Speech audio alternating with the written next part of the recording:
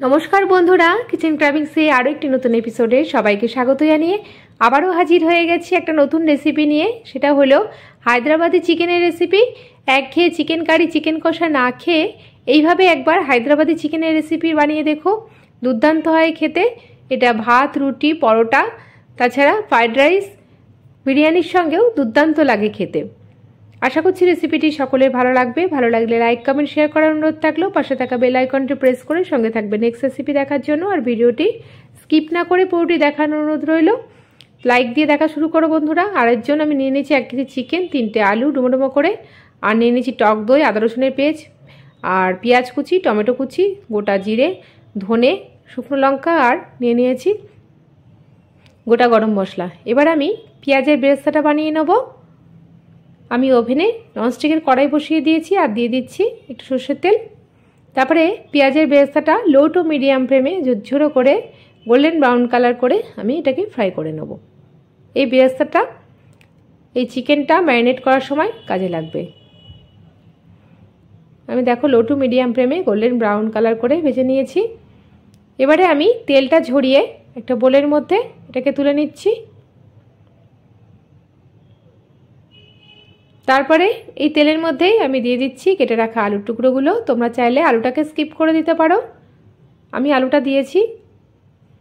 আলুটা ফ্রাই হতে হতে আমি এদিকে চিকেনটাকে ম্যারিনেট করে নেবো। দিয়ে দিচ্ছি পেঁয়াজ, আদা রসুনের পেস্ট, আদা রসুন আর টক দই, দিয়ে দিচ্ছি পেঁয়াজের বেরেস্তাটা, তারপরে দিয়ে দিচ্ছি স্বাদ মতন লবণ, আর দিয়ে দিচ্ছি একটু কাশ্মীরি লঙ্কার গুঁড়ো কালারের জন্য, আর লেবুর রস দিয়ে দিচ্ছি। তারপরে এটাকে খুব ভালো করে ম্যারিনেট করে রাখতে হবে 1 ঘন্টার জন্য। এটা যত বেশি ম্যারিনেট করে রাখা হবে, যতক্ষণ বেশি, এটা তত সফট হবে আর খেতেও বেশি স্বাদ হবে। এটাকে আমি 1 ঘন্টা ম্যারিনেট করে রেখে দেবো ঢাকনা দিয়ে। দেখো ম্যারিনেটটা করা হয়ে গেছে। এবারে আমি ঢাকনা দিয়ে রেখে দিচ্ছি। এদিকে দেখো এটা ম্যারিনেট করতে করতে আমার আলুগুলোও ফ্রাই হয়ে গেছে। এবারে আমি আলুগুলোকে তুলে নিচ্ছি তেল ঝরিয়ে। আলুটাকে তুলে নিলাম। তোমরা চাইলে অবশ্যই আলুটাকে স্কিপ করে দিতে পারো।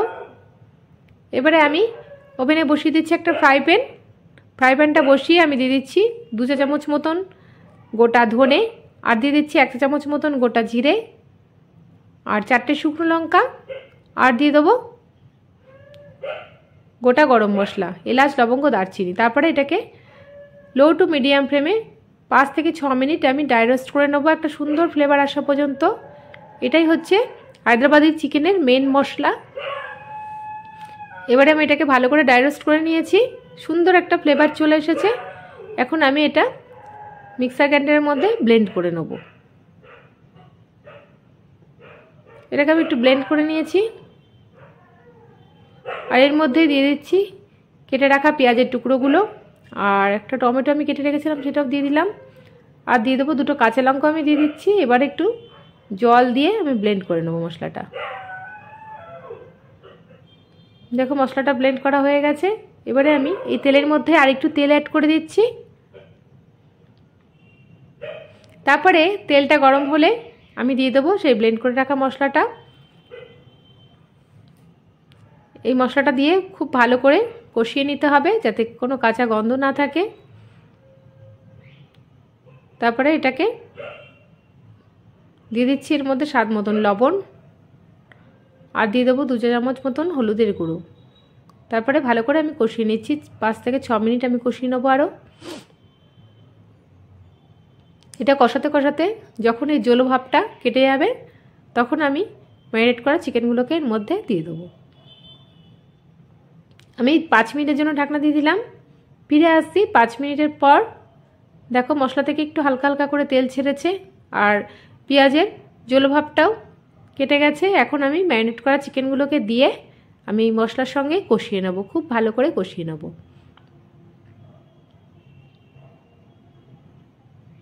এটাকে মিনিট 7 থেকে 8 আমি কষিয়ে নিচ্ছি।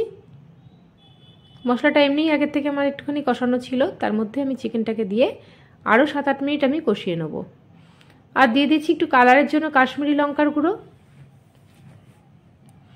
আমি কোনো ঝালের জন্য লঙ্কার গুঁড়ো অ্যাড করবো না, যেহেতু আমি শুকনো লঙ্কা আর 2টো কাঁচা লঙ্কা দিয়েছিলাম, ওই জন্য আমি শুকনো লঙ্কার গুঁড়ো অ্যাড করবো না। তোমরা চাইলে শুকনো লঙ্কা গোটা শুকনো লঙ্কাটা আরও বেশি অ্যাড করতে পারো, যে যেমন ঝাল খাও সেই অনুযায়ী ঝালটা তোমরা দিতে পারো। এবার আমি ঢাকনা দিয়ে দিয়েছিলাম 10 মিনিটের জন্য। ফিরে আসছি 10 মিনিট পর। দেখো মশলাটা চিকেনটা আমার খুব ভালো করে কষানো হয়ে গেছে, চিকেন থেকে তেল ছেড়ে দিয়েছে, খুব সুন্দর একটা ফ্লেভার আসছে।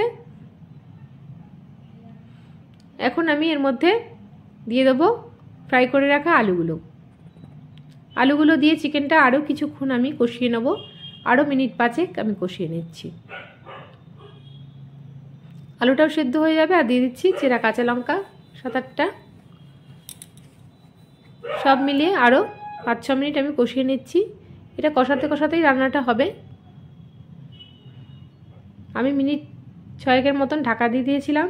ফিরে আসছি 6 মিনিট পর। দেখো মশলাটা পুরোপুরি কষানো হয়ে গেছে, আমার চিকেনটা সেদ্ধও হয়ে গেছে। এখন আমি এর মধ্যে দিয়ে দেবো একটুখানি গরম জল, আমি অ্যাড করে দেবো। কতটা সুন্দর কালার এসেছে দেখতেই পাচ্ছ বন্ধুরা। এবারে আমি একটু এই মশলা ধোয়া জলটা একটু গরম করে রেখেছিলাম, সেটা দিয়ে আমি ঢাকনা দিয়ে রাখবো কিছুক্ষণ।